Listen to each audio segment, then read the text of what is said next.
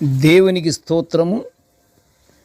అనుదిన దేవుని వాక్య ధ్యానమునక ఈరోజు 2025 సంవత్సరము ఫిబ్రవరి నెల 1 తారీఖు. ఈరోజు ధ్యాన వాక్యము పరిశుద్ధ గ్రంథము నుండి కీర్తనల గ్రంథము 34వ సంకీర్తన 6వ వచనాన్ని మనము ధ్యానించుకుందాము.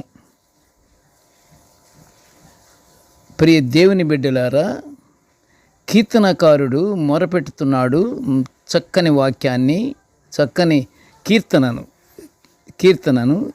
ఈ దీనుడు మొరపెట్టగా యెహోవా ఆలకించెను. ప్రియ దేవుని బిడ్డలారా, నేటి ధ్యాన వాక్యము మనము దేవునికి మొరపెట్టుకొనుట గురించి మనం ధ్యానించుకుంటున్నాము. దేవునికి మొరపెట్టుకోవాలి, మన మొర ఆయన ఆలకిస్తాడు. పూర్ణ హృదయంతో మొరపెట్టుకోవాలి, పూర్ణ ఆశతో మొరపెట్టుకోవాలి, పూర్ణ విశ్వాసముతో మొరపెట్టుకోవాలి. తప్పకుండా వింటాడు దేవుడు. ఈ మూడు కలిగి ఉండాలి: పూర్ణ విశ్వాసము, పూర్ణ నమ్మకము, పూర్ణమైన మనస్సుతో మొరపెట్టుకోవాలి. మనము అనేక బాధలకు లోనవుతుంటాము, అది సహజము కదా. బాధలు అనేవి తప్పకుండా ఉంటాయి. మనిషి ఎంత బాధపడితే అంత రాణిస్తాడు కూడా మనిషి. మనము ఎన్నో కష్టాలు ఎదుర్కొంటూ ఉంటుంటాము. మనము ఎదుర్కొనే అనేక సమస్యల నుండి బయటపడాలని మనకు సన్నిహితంగా ఉండేవారికి, ఇంకా ప్రాణప్రదంగా మెలిగే స్నేహితులకు, బంధువులకు చెప్పుకుంటూ వారి సహాయం మనం కోరుకుంటూ ఉంటాము.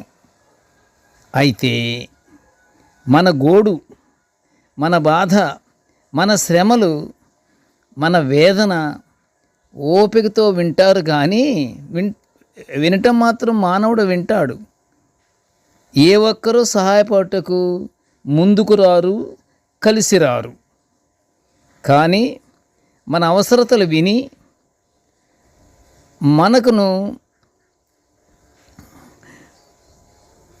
మన ఇంటి వారికి, మనతో పాటు ఉన్నవారిని అందరినీ చాలా హేళన చేస్తారు.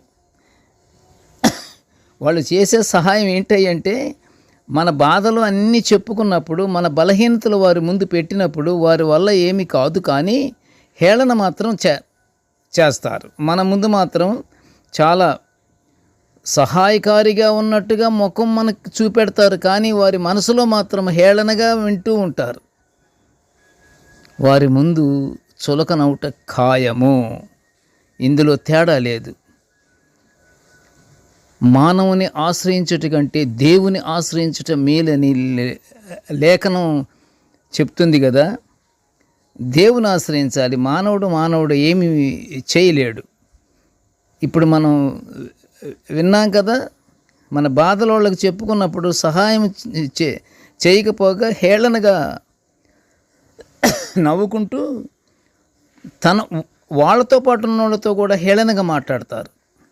అందువలన మన బాధలు వారు విని మనపై జాలి చూపిస్తారు అని నమ్మటము, అని ఆశించటము చాలా అజ్ఞానంతో కూడిన పని అది. మన బాధలు, మన మొర విని మన నిత్యుడగు తండ్రి, సమాధానకర్తయగు అధిపతి అయిన మన దేవునికి ప్రార్థన చేయాలి. సమాధానానికి కర్త ఆయన. మనకి సమాధానం కలగాలంటే ఆయనకి ప్రార్థన చేయాలి. మన గోడు వెళ్ళబుచ్చుకోవాలి. మన మొర ఆయనకి ప్రార్థన చేయాలి. మనం ఆయనకి మొర పెట్టుకోవాలి. ఆయన మన ప్రార్థనలను విని అంగీకరించే సజీవుడైన దేవుడు. నిన్న, నేడు, రేపు ఒకే రీతిగా ఉన్న దేవుడు మన ఎడల. ఏమిలే, ఎన్ని విధాలు అడిగినా చెయ్యట్లేదు అనే కంటే నువ్వు అడిగే విధానంలో మార్పు ఉన్నదేమో మనం ఆలోచించాలి. పూర్ణ విశ్వాసముతోనూ, పూర్ణ బలముతోనూ, పూర్ణ శక్తితోనూ, పూర్ణ నమ్మకంతో మనం దేవుని అడగాలి. ఖచ్చితంగా దేవుడు వింటాడు. ఆయనకి మన బాధ అంతా చెప్పుకోవాలి. మన మన కన్నీటితో ఆయన పాదాల వద్ద మన పరిస్థితిని అంతా విన్నవించుకోవాలి. మానవుడి దగ్గర విన్నవించుకునే కంటే మన బాధ రహస్యమందున్న నీ దేవునికి విన్నవించుకోమంటాడు. దావీదు గారు కూడా ఎన్నో బాధలు అనిపించాడు. రాజయుండి కూడా ఎంతో శత్రుత్వం ఉంది, విసిగిపోయాడు. దేవా నీవే నా ఆశ్రయం అంటాడు, నీవే నా కొండ అంటాడు, నీవే నా దుర్గం అంటాడు, నీ ప్రార్థనాలయమే నా ఆశ్రయం అంటాడు. ఎల్లప్పుడూ అందులోనే కూర్చోవాలంటాడు. దావీదు గారికి ఎంత విశ్వాసము! మనకు మన దేవుడు తప్పక సహాయం చేస్తాడు. ఆయన కృప మనలను విడిచిపోదు అని యెషయా ప్రవక్తతో దేవుడు పలికించిన ప్రవచనాన్ని యెషయా గ్రంథంలోని 54వ అధ్యాయము 10లో మనము చూడగలము. ఆయన కృప మనలను విడిచిపోదు అని. ఆయన కృప మనల్ని ఎలా విడిచిపోతుంది? ఆయన మన కొరకు ఎన్నో విషయాలు చేస్తున్నాడు కదా. ఆయన ప్రేమంతా మానవుడి గురించి. మానవుడికి అంత సహాయంగా దేవుడు ఉన్నప్పుడు ఆయన కృప ఎలా విడిచిపోతుంది? ఆయన కృప మన ఎడల కుమ్మరింపబడుతుంది. ప్రార్థన చెయ్యాలి, విశ్వాసముతో అడగాలి. ఆయన కట్టడలను ఆయన ఆజ్ఞలను మనము తప్పక పాటించి ఆయన వాగ్దానము కొరకు ఎదురు చూస్తూ ఉండాలి. ప్రియ దేవుని బిడ్డలారా, ఆయన వాగ్దానం కొరకు ఎదురు చూస్తూ ఉందాము. మనము నిత్య ప్రార్థనలతో దేవుని మహిమపరచుచు దైవాశీర్వాదాలు పొందుకుంటూ దేవుని యొక్క కృప నిత్యము మన ఎడలు ఉండునట్లుగా మనము ప్రార్థన యందు ఎడతెగక మనం ఉంటూ ప్రార్థన మనము చేసుకుంటూ పరలోక ఆశీర్వాదాలు పొందుకుందాము. ప్రార్థన చేసుకుందాము. కృపగల తండ్రి, జీవముగల నాయన, నీ పాదములకు స్తోత్రములు. కృపగల తండ్రి, నీ దివ్యమైన వాక్యాలను నిత్యము మేము ధ్యానించుకుంటున్నామయ్యా. ఇలా ధ్యానించుకునే గొప్ప భాగ్యాన్ని మాకు అనుగ్రహించినందుకు నీకు ఘనమైన స్తోత్రములు తండ్రి. నాయన, నేటి ధ్యాన వాక్యమును వినుచున్న ప్రతి బిడ్డను ఆశీర్వదించయ్యా.